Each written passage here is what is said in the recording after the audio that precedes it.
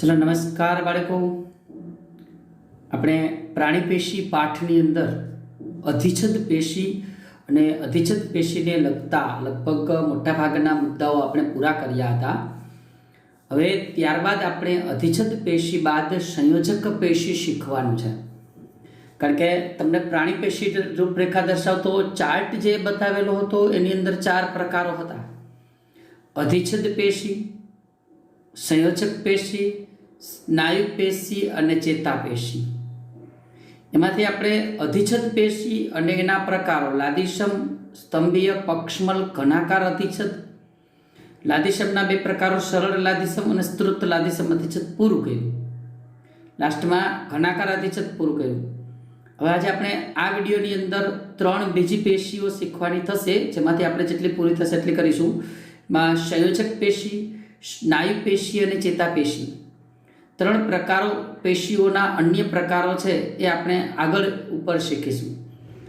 તો ચાલો મિત્રો શરૂ કરીએ. સંયોજક પેશી એટલે શું? સંયોજક પેશીના લક્ષણો, એનું આંતરકોશી દ્રવ્ય, એનો પ્રકાર, એના વિશેની માહિતી. આપણો પહેલો પ્રશ્ન આ રહ્યો: સંયોજક પેશી એટલે શું, એનું લક્ષણ, એનું આંતરકોશી દ્રવ્ય, એના પ્રકાર, એની માહિતી. મિત્રો કંઈ નથી, સંયોજક. તમારે અંગ્રેજી અને ગુજરાતીની અંદર સંયોજક શબ્દ આવતો હોય. સંયોજક એટલે તમે સામાન્ય રીતે પરિચિત હોય 2 વાક્યને જોડે અને તમે સંયોજક કહો છો.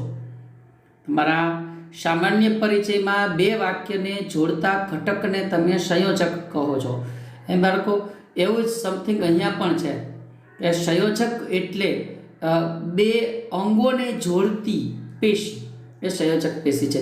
શરીરના 2 ભાગોને જોડવાનું કામ કરે છે, એ સંયોજક છે. જેમ કેમ and, but, or, otherwise, therefore એ અંગ્રેજીની અંદર કનેક્ટિવ્સ આવતા હોય જે 2 વાક્યને જોડતા હોય, અને પણ તેથી એવું ગુજરાતીની અંદર આપણે આવતું હોય. એમ અહીંયા 2 અંગોને 2 ભાગોને જોડતી પેશી એટલે સંયોજક પેશી. 2 અંગો વચ્ચે પૂરણ કરતી કે જોડાણ સાધતી પેશી કે પછી એ બંને અંગોને આધાર આપતી પ્રાણી પેશી એટલે સંયોજક પેશી.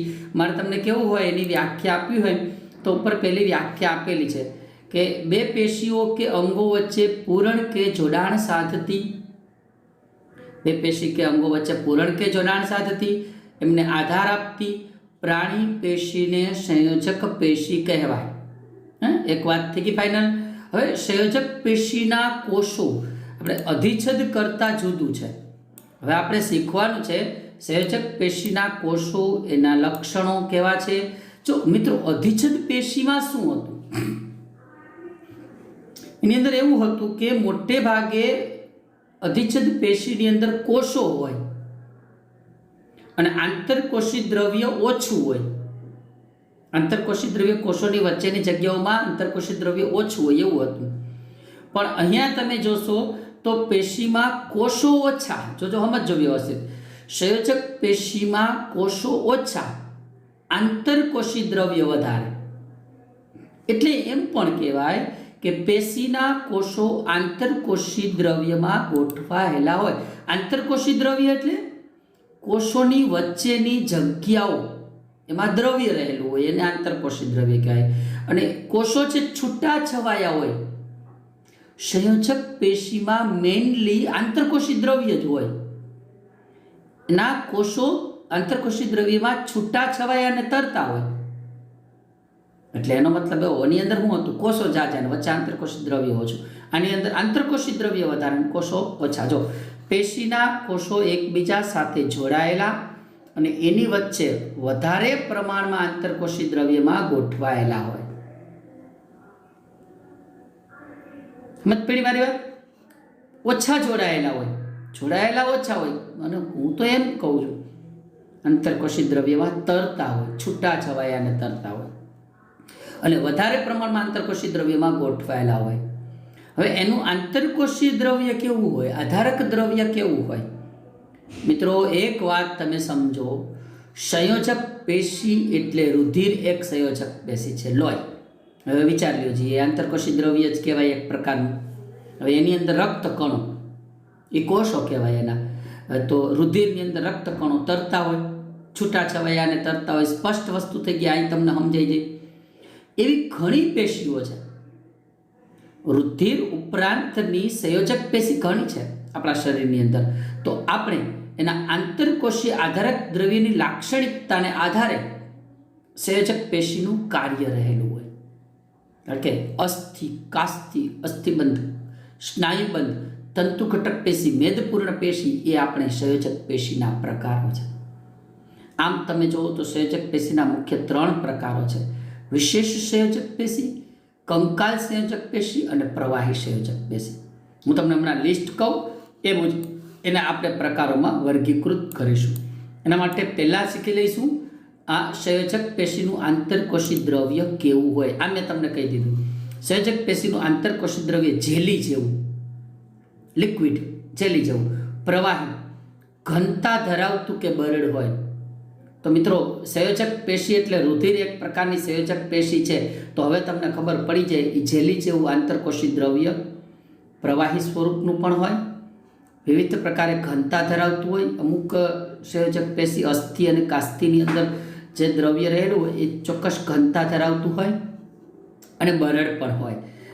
હવે આંતરકોશી દ્રવ્યની લાક્ષણિકતા, હવે આંતરકોશી દ્રવ્ય કેવું હોય તો એ એના કાર્યને અનુરૂપ પરિવર્તનશીલ હોય. સંયોજક પેશીના કાર્યને અનુરૂપ પરિવર્તનશીલ હોય. એનું કેવું કાર્ય છે એ પ્રમાણે એનું આંતરકોશી દ્રવ્ય થોડુંક જુદું હોય. અસ્થિ અને કાસ્થિ છે એ કંકાલ સંયોજક પેશી છે, તો એનું કાર્ય થોડુંક જુદું છે રુધિર કરતાં. રુધિર એક સંયોજક પેશી છે, પ્રવાહી સંયોજક પેશી છે, પણ રુધિર કરતાં અસ્થિ અને કાસ્થિનું કાર્ય જુદું હોય. એટલે એના આંતરકોશી આધારક દ્રવ્યની લાક્ષણિકતા છે એના કાર્યને અનુરૂપ પરિવર્તનશીલ હોય. એટલે આ મુદ્દો સમજી લેજો, બરાબર. હવે એના પ્રકારો જોઈએ. આમ આપણે જે પ્રકારો પડ્યા હતા ને એનાથી ડિફરન્ટ વાત થોડીક થશે. જો રુધિર, આમ આપણને કહે કે રુધિર, તો રુધિર છે ને એ પ્રવાહી સંયોજક પેશી છે. આ પ્રવાહી સંયોજક રુધિર અને લસિકા 2 આવે છે, અહીં 1 આપી છે. અસ્થિ અને કાસ્થિ એ કંકાલ સંયોજક પેશી છે. અસ્થિબંધ અને સ્નાયુબંધ એ કંકાલ સંયોજક પેશીના જ પ્રકારો છે. સ્નાયુબંધ અને અસ્થિબંધ કંકાલ સંયોજક પેશીના જ પ્રકારો છે, બરાબર. અને ત્યારબાદ આપણે વાત કરીએ તો આપણે તંતુઘટક પેશી અને મેદપૂર્ણ પેશી, હવે એ વિશેષ સંયોજક પેશી છે.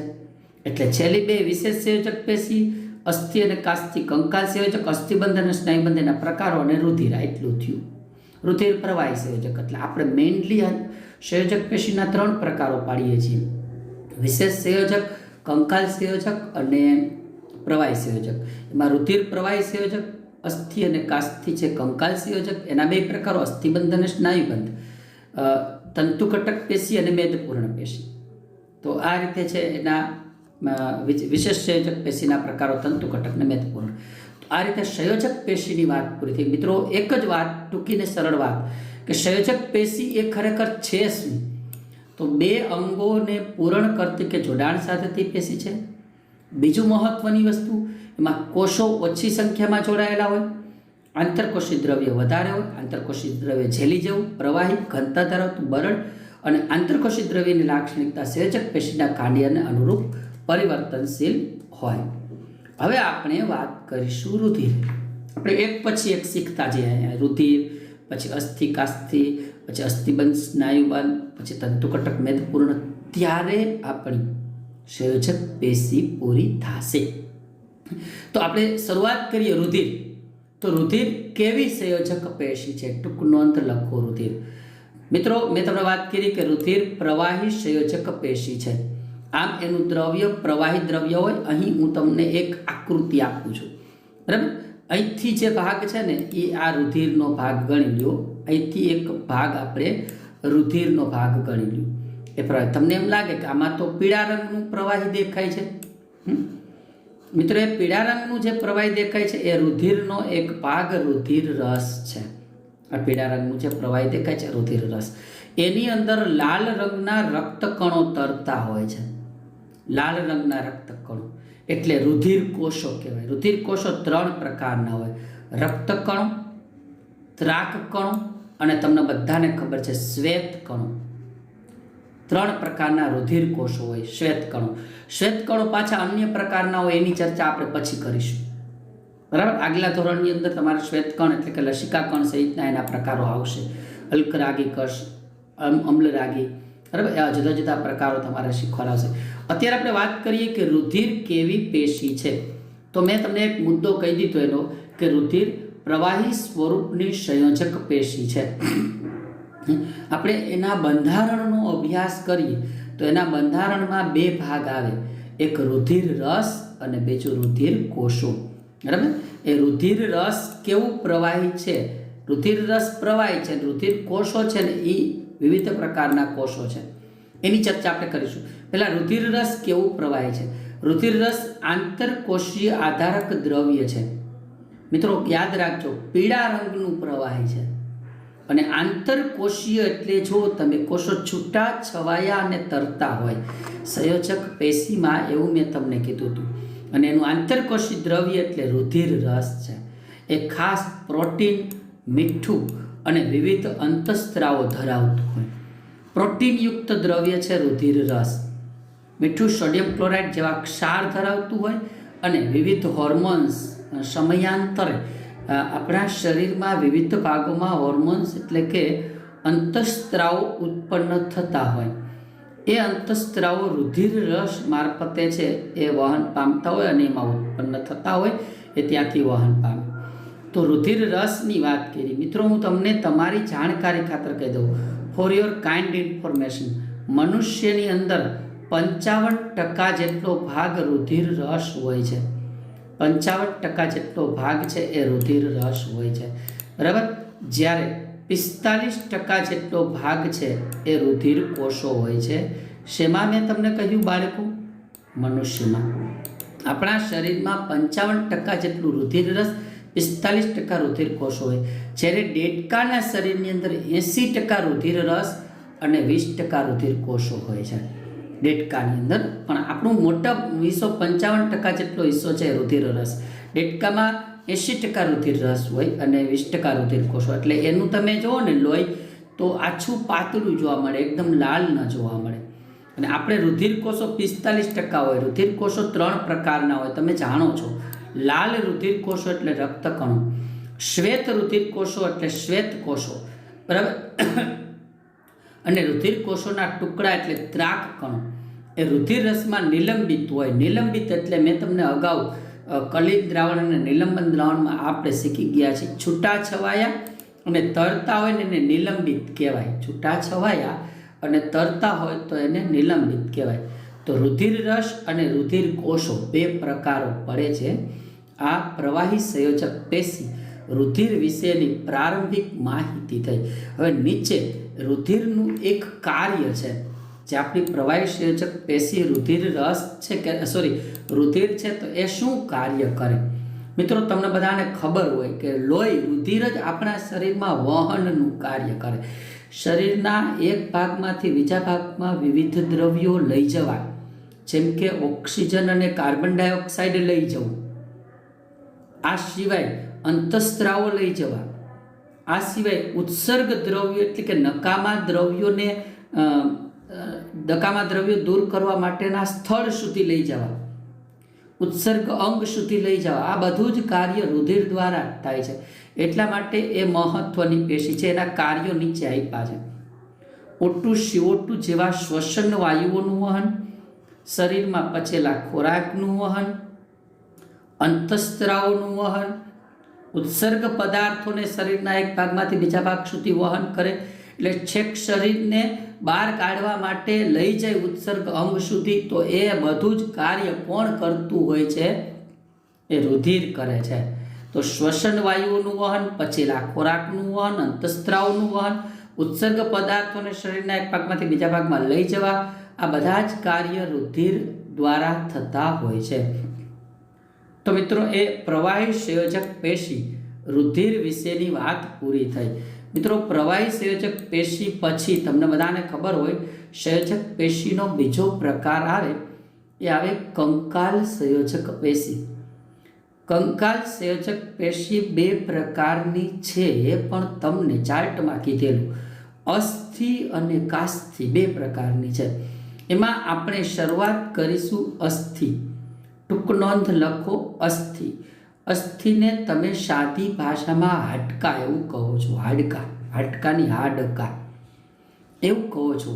એટલે હાડકાઓ આપણું જે કંકાલ તંત્ર હાડપિંજરનું જે નિર્માણ કરે છે એ છે અસ્થિ છે. એ અસ્થિઓ જુદા જુદા પ્રકારના હોય અને એ અસ્થિના આપણે જુદા જુદા સ્થાનોમાં જુદી જુદી રીતે ગોઠવાયેલા હોય. તમને અહીં હું એક આકૃતિ દર્શાવું છું. આમાં બીજું કાંઈ આપણને ખબર નહીં પડે. અહીંયા બે અસ્થિનું જોડાણ સ્થાન બતાવેલું છે. અહીંયા અસ્થિઓ બતાવેલા છે, હાડકાઓ બતાવેલા છે, બરાબર. એ જોડાણ સ્થાન અને એની વચ્ચે જગ્યા એવું તમને ટૂંકમાં બતાવેલું છે, દર્શાવેલું છે. હવે અસ્થિ મેં તમને કીધું સંયોજક પેશી છે. પહેલાં તો મિત્રો સમજો, સંયોજક એટલે બે અંગોનું જોડાણ કરે. તો આ અસ્થિ એક અસ્થિ હોય એ બીજા અસ્થિ સાથે જોડાયેલો હોય એટલે ત્યાં જોડાણ કરે. શરીરને મિત્રો આકાર આપે. એટલે એમ કે શરીરના હાડપિંજરનું નિર્માણ કરી શરીરને આકાર આપતી સંયોજક પેશી એટલે અસ્થિ. શેનું નિર્માણ કરે? હાડપિંજરનું. શું આપે? શરીરને આકાર આપે. મિત્રો તમને બીજી વાત એ પણ ખબર હશે કે અસ્થિ કોષો શેના બનેલા હોય? કદાચ ના ખબર હોય તો કહી દઉં. કેલ્શિયમ અને ફોસ્ફરસના બનેલા આંતરકોષીય દ્રવ્યોમાં અસ્થિ કોષો આવેલા હોય. શેના બનેલા હોય? કેલ્શિયમ અને ફોસ્ફરસના બનેલા હોય. મિત્રો ત્રીજી વાત એ કહી દઉં કે અસ્થિ છે ને એ કઠણ અને મજબૂત પેશી છે. સંયોજક પેશી કરી પણ કઠણ અને મજબૂત છે. એટલે એ આપણા શરીરને આધાર આપે છે. એટલે એમ પણ કહેવાય કે શરીરને આધાર આપતી પેશી છે. મુખ્ય અંગોને આધાર આપે. જો અસ્થિ ના હોત, તમારા શરીરમાં હાડપિંજર ના હોત, હાડકા ના હોત તો શરીર પડી જાય, આધાર ના આપી શકે, આપણે ઊભા ના રહી શકીએ, આપણે ચોક્કસ સ્થાનોમાં બેસી ન શકીએ, આપણે ચોક્કસ સ્થાનોમાં વળી ના શકીએ. એટલે અસ્થિ છે એ મુખ્ય અંગોને આધાર આપે. મિત્રો આ બધી જ બાબતો હું તમને મુદ્દા વાઇઝ કહેતો જઈશ, બરાબર. જુઓ શું આપેલું છે એ સમજો કે શરીરના હાડપિંજરનું નિર્માણ કરી શરીરને આકાર આપતી સંયોજક પેશી એટલે અસ્થિ. શેનું નિર્માણ કરે મેં કહ્યું તમને બાળકો? હાડપિંજરનું. શું આપે? શરીરને આકાર આપે. શેની બનેલી હોય? કેલ્શિયમ અને ફોસ્ફરસના બનેલા આંતરકોષીય આધારક દ્રવ્યમાં અસ્થિ કોષો ગોઠવાયેલા હોય.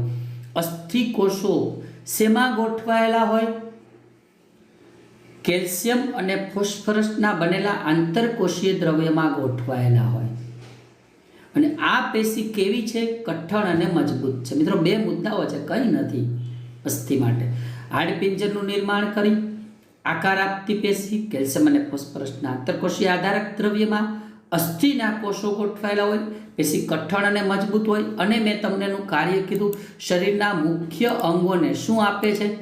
શરીરના મુખ્ય અંગોને આધાર આપે છે, તેમજ સ્નાયુ પેશીને જોડાણ આપે છે.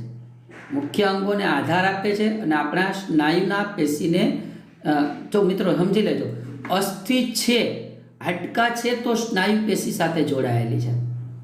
એટલે સ્નાયુની સાથે અસ્થિ જોડાયેલા હોય એને આપણે કહેશું સ્નાયુબંધ કહેશું, બરાબર. આના પછી મુદ્દાની અંદર આવશે.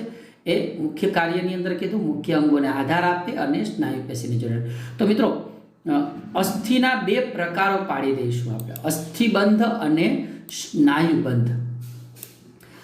અસ્થિબંધ એટલે શું? તો બે અસ્થિઓ જોડાયેલા હોય ને એ અસ્થિબંધ. બે નજીકના ક્રમિક અસ્થિઓ એકબીજા સાથે જોડતી સંયોજક પેશી એટલે અસ્થિબંધ. અસ્થિઓને જોડે. જો હું તમને એક આકૃતિ બતાવી દઉં છું, એમાં તમને વધારે સ્પષ્ટતાથી ખબર પડી જશે, બરાબર. અહીંયા તમને આકૃતિની અંદર બહુ સ્પષ્ટ કીધું છે. જો આ એક અસ્થિ છે, આ બીજો અસ્થિ છે, બરાબર. આ એને જોડતી પેશી થઈ ગઈ, બરાબર. અહીંયા આ અસ્થિ છે, આ બીજો અસ્થિ છે, આ એને જોડતી બહુ સરસ મજાની અને વ્યવસ્થિત રીતે સમજૂતી આપતી, બરાબર, આ પેશી દર્શાવેલી છે. આ છે ધીસ ઇઝ અસ્થિબંધ ને ભાઈ, આ અસ્થિબંધ છે.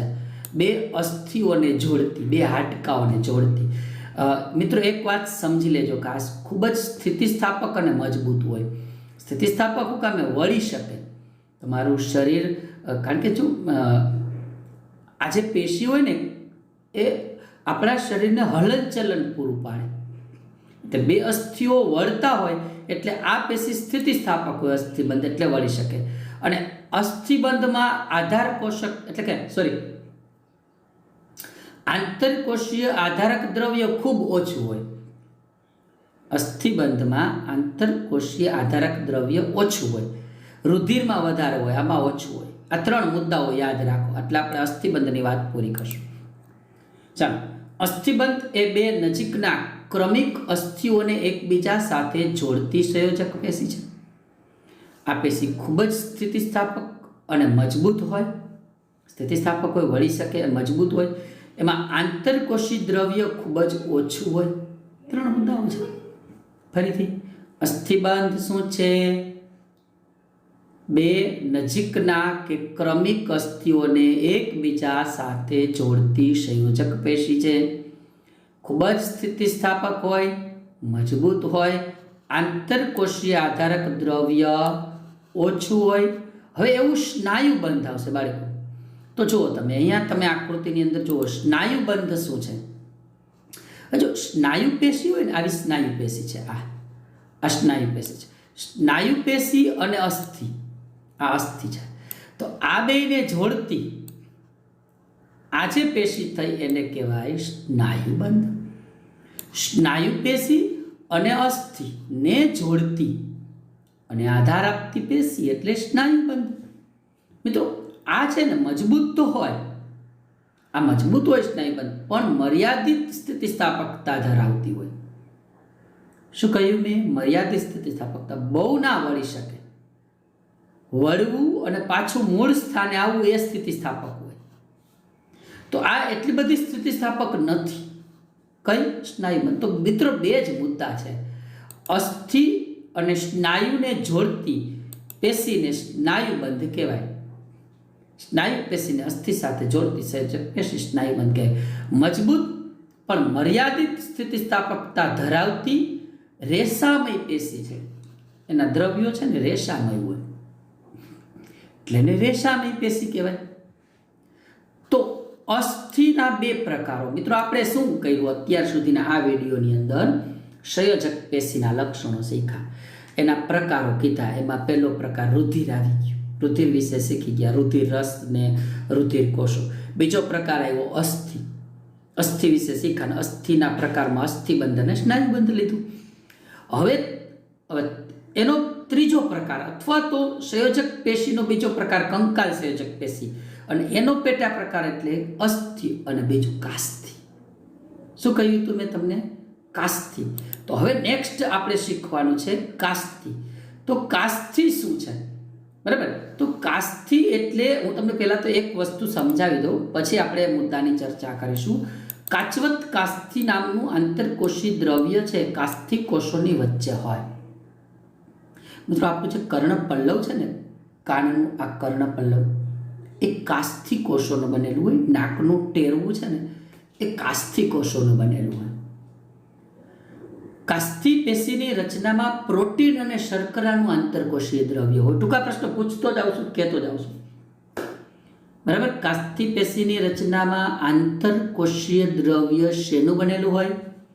પ્રોટીન અને શર્કરાનું બનેલું દ્રવ્ય. અને એ પ્રોટીન અને શર્કરાના બનેલા દ્રવ્યમાં કાસ્થિ કોષો છૂટાછવાયા ગોઠવાયેલા હોય. કાસ્થિના કોષો છૂટાછવાયેલા હોય. મેં તમને 2 સ્થાન કીધા, કાન અને નાક. આ સિવાય શ્વાસ નળી, શ્વાસ નળીમાં સી આકારની રિંગ હોય, વીટી જેવી સી આકારની રિંગ હોય. એ રિંગ કાસ્થિની બનેલી હોય. યાદ રાખજો. નાક, કાન અને શ્વાસ નળીમાં આવેલી છે. અને તે જે તે ભાગને સ્થિતિસ્થાપકતા આપે છે. જો આ સ્થિતિસ્થાપક છે, જો પાછું મૂળ સ્થાને વહી જઈજો. કર્ણપલ્લવ છે, આ સ્થિતિસ્થાપક છે. આ કાસ્થિ છે ને એ સ્થિતિસ્થાપકતા આપે છે. આપણા કાનનો બાહ્ય ભાગ કર્ણપલ્લવ વાળી શકાય છે. હવે એનું આંતરકોષી દ્રવ્ય હોય ને એનું નામ છે કાચવત કાસ્થિ. શું નામ છે? કાચવત કાસ્થિ નામનું આંતરકોષી દ્રવ્ય. હમણાં હું તમને આકૃતિમાં બતાવું છું. અને સાંધાના ભાગે અસ્થિની સપાટીને લીસી બનાવે છે. જો અહીં તમને હવે આકૃતિ સાથે હું તમને એ સમજાવું છું. સાંધાના ભાગ ઉપર અસ્થિની સપાટીઓને લીસી બનાવે છે. જો કાસ્થિ પેશીની રચના, પહેલા મુદ્દાઓ જોઈ લે. પ્રોટીન અને શર્કરાના બનેલા આંતરકોષીય આધારક દ્રવ્યમાં કાસ્થિ કોષો છૂટા છવાયા હોય. મિત્રો, જો આ કાસ્થિ કોષો છે, આકૃતિની અંદર દર્શાવેલા આ જે ભાગ છે એ બધા બરાબર, જો પિંક ગુલાબી કલરથી જે તમને આમાં દર્શાવી રહ્યો છું એ બધા કાસ્થિ કોષો છે. શેના બનેલા હોય? પ્રોટીન અને શર્કરાના બનેલા આંતરકોષીય આધારક દ્રવ્ય. હવે આ જે આધારક દ્રવ્ય છે એ આંતરકોષીય આધારક દ્રવ્ય છે. આંતરકોષીય આધારક દ્રવ્ય, અને એ આધારક દ્રવ્ય કાચવત આધારક દ્રવ્ય કહેવાય. એનું મેં તમને નામ આપ્યું, કાચવત કાસ્થિ કહેવાય એને. ક્યાં જોવા મળે આ કાસ્થિ? નાક, કાન અને ગળામાં, ખાસ કરીને શ્વાસ નળીમાં. હાલો, શું આપે છે? જે તે ભાગને સ્થિતિસ્થાપકતા આપે છે. આપણા કાનનો બાહ્ય ભાગ કર્ણપલ્લવ એટલે જ વાળી શકાય છે. કાચવત કાસ્થિ એક પ્રકારની કાસ્થિ કંકાલ પેશી છે. તે સાંધાના ભાગે આવેલી હોય, અસ્થિઓની સપાટીને લીસી બનાવે. અસ્થિ હોય ને, હાડકા, એના ભાગ આ અસ્થિ છે. જો તમને હાડકું દેખાય છે, એના સપાટીને લીસી બનાવવા માટે કાચવત નામનું આધારક દ્રવ્ય હોય, અને એની અંદર કાસ્થિ કોષો છૂટા છવાયા હોય. મેં તમને કહ્યું, કાચવત કાસ્થિના આધારક દ્રવ્યમાં કાસ્થિ કોષો છૂટા છવાયા હોય. પ્રોટીન અને શર્કરાનું બનેલું આંતરકોષી દ્રવ્ય. આ બહુ સ્પષ્ટ અને સરળતાથી સમજાય એવી આકૃતિ છે. આ થઈ કાસ્થિની વાત, બરાબર. તો આ આખી માહિતી બહુ સરળ અને સ્પષ્ટ છે, અને સમજાય પણ એવું છે.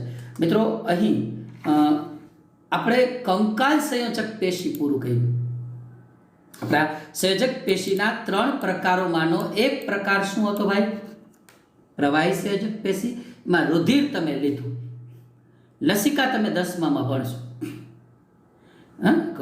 કંકાલ સંયોજક પેશી હતું, એનો એક પ્રકાર પ્રવાહી સંયોજક પેશી પૂરું કર્યું, રુધિર.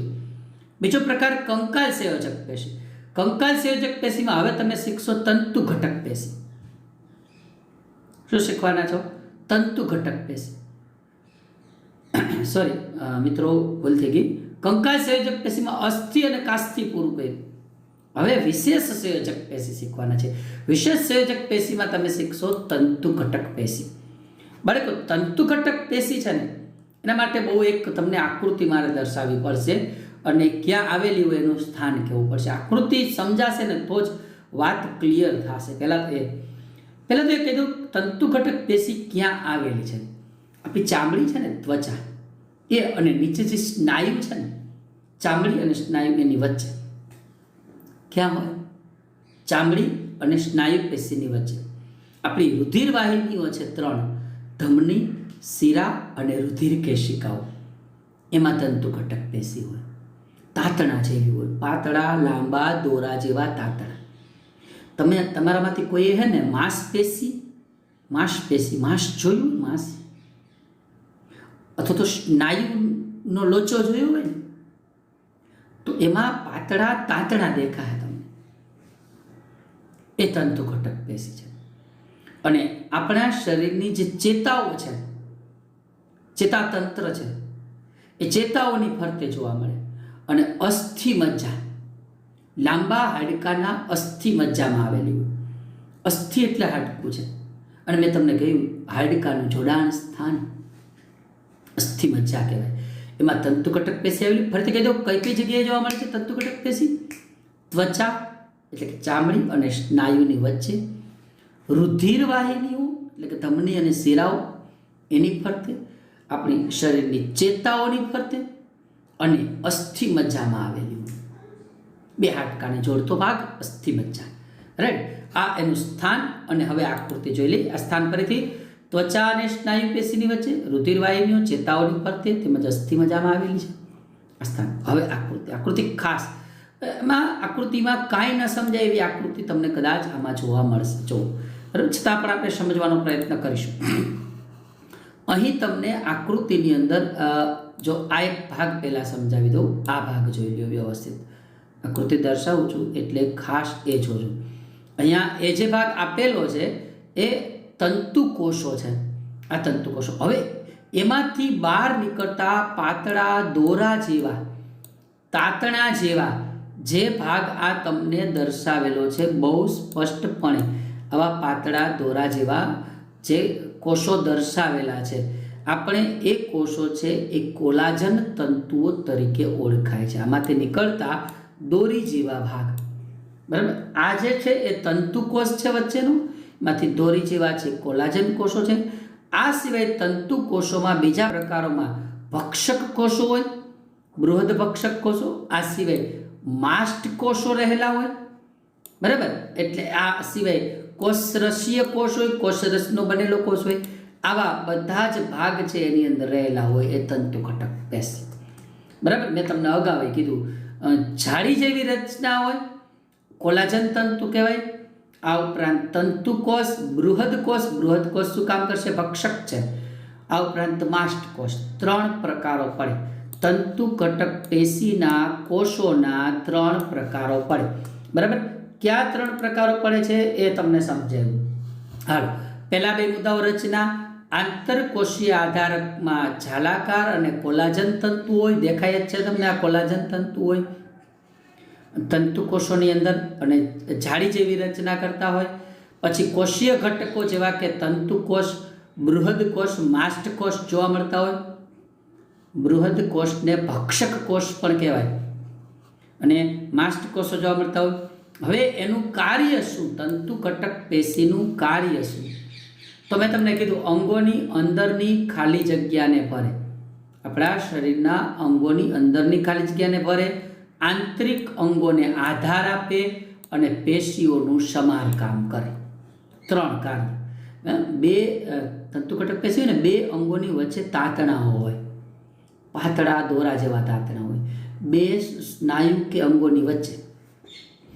એ ખાલી જગ્યા જે તાતણા હોય ને, આવા મેં તમને કીધું આ દોરા જેવા તાતણા હોય, એ ખાલી જગ્યાને ભરી દે એટલે એને આધાર પણ આપે અને પેશીઓનું સમારકામ કરે, કારણ કે એમાં ભક્ષક કોષો આવેલા હોય, નકામા દ્રવ્યોને એનું ભક્ષણ કરી જાય.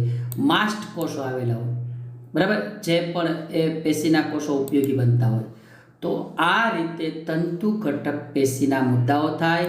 કંઈ નથી, તંતુ ઘટક પેશી ત્વચા અને સ્નાયુ પેશીની વચ્ચે, રુધિરવાહિનીઓ અને ચેતાઓની ફરતે અસ્થિ મજ્જામાં આવેલા હોય.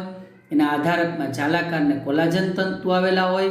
આધારકમાં કોષી ઘટકો તરીકે તંતુકોષ, બૃહદ કોષ અને માસ્ટ કોષ 3 પ્રકારના કોષો હોય. 3 કાર્ય: અંદરની ખાલી જગ્યાને ભરે, આંતરિક અંગોને આધાર આપે અને પેશીઓનું સમારકામ કરે છે. આ તંતુ ઘટક પેશી પૂરી. હવે આવે મેદપૂર્ણ પેશી. મેદ એટલે ચરબી. મેદથી ભરેલો કોષ હોય ને એ મેદપૂર્ણ પેશી કહેવાય. આપણા શરીરમાં કેટલાક ભાગોમાં ચામડીની નીચે, આપણે ઘણી વખત મસલ્સ બતાવતા હોય, એ ચામડીની નીચે આંતરિક અંગોની વચ્ચે ચરબી જમા થઈ હોય ને એ મેદપૂર્ણ. મેદ એટલે ચરબી, કાંઈ નથી બીજું. ચરબીનો સંગ્રહ કરતી પેશી છે. આ પેશીના કોષો છે ચરબીના ગોળકોથી ભરેલા હોય. મોટો કોષ જો હું બતાવું તમને આકૃતિ, મોટો જે કોષ હોય ને, બરાબર, એ કોષ જો આકૃતિની અંદર બતાવેલો છે, મોટો કોષ, આ કોષ, એની અંદર કોષ કેન્દ્ર સાઈડમાં આવી ગયું હોય અને મેદ ચરબી વધી ગઈ હોય. ચરબીથી ભરપૂર કોષ હોય ચરબીના ગોળકોથી. જો ત્વચાની નીચે આંતરિક અંગોની વચ્ચે ચરબીનો સંગ્રહ કરતી આ પેશીના કોષો ચરબીના ગોળકોથી ભરેલા હોય છે, અને એનું કાર્ય ઉષ્મા નિયમનનું કાર્ય કરે છે. બરાબર, આપણા શરીરમાં ગરમી એટલે કે ઉષ્માનું નિયમન કરે. ચરબી હોય ને શરીરના ભાગોમાં, તો એ ઉષ્મા નિયમનનું અગત્યનું કાર્ય કરે. આપણા શરીરમાં તાપમાનને પણ જાળવી રાખે અને ઉષ્માનું નિયમન કરે, વધારાની ગરમીને મુક્ત કરે. જાડા માણસો હોય ને પરસેવો વધારે વાળે, કારણ કે ઉષ્માને મુક્ત કરી દે, ગરમીને મુક્ત કરી દે, એટલે ઉષ્મા એટલે ટૂંકમાં પરસેવા સ્વરૂપે દ્રવ્યોનો નિકાલ કરી શરીરનું તાપમાન જાળવે. એનું એક બીજું કાર્ય છે જે બુકમાં નથી, એક મેં તમને લખી દીધું છે, લખી લેજો. શરીરને લાગતા આંચકાઓ સામે રક્ષણ આપે. મેદથી ભરેલો કોષ છે એ આપણા શરીરના જે ભાગો હોય એમાં જે આંચકાઓ લાગતા હોય એ આંચકાઓ સામે રક્ષણ આપે છે. તો મિત્રો, અહીંયા હું તમને એમ કહી શકું કે આપણે શું પૂરું કર્યું કહેવાય, મને કહો જોઈએ. કઈ પેશી પૂરી કરી કહેવાય? આપણે અહીંયા સંયોજક પેશી છે એ પૂરી કરી કહેવાય. હવે આપણે શીખવાના છીએ ત્યારબાદ સ્નાયુ પેશી. સંયોજક પેશીને લગતા હવે બધા મુદ્દાઓ.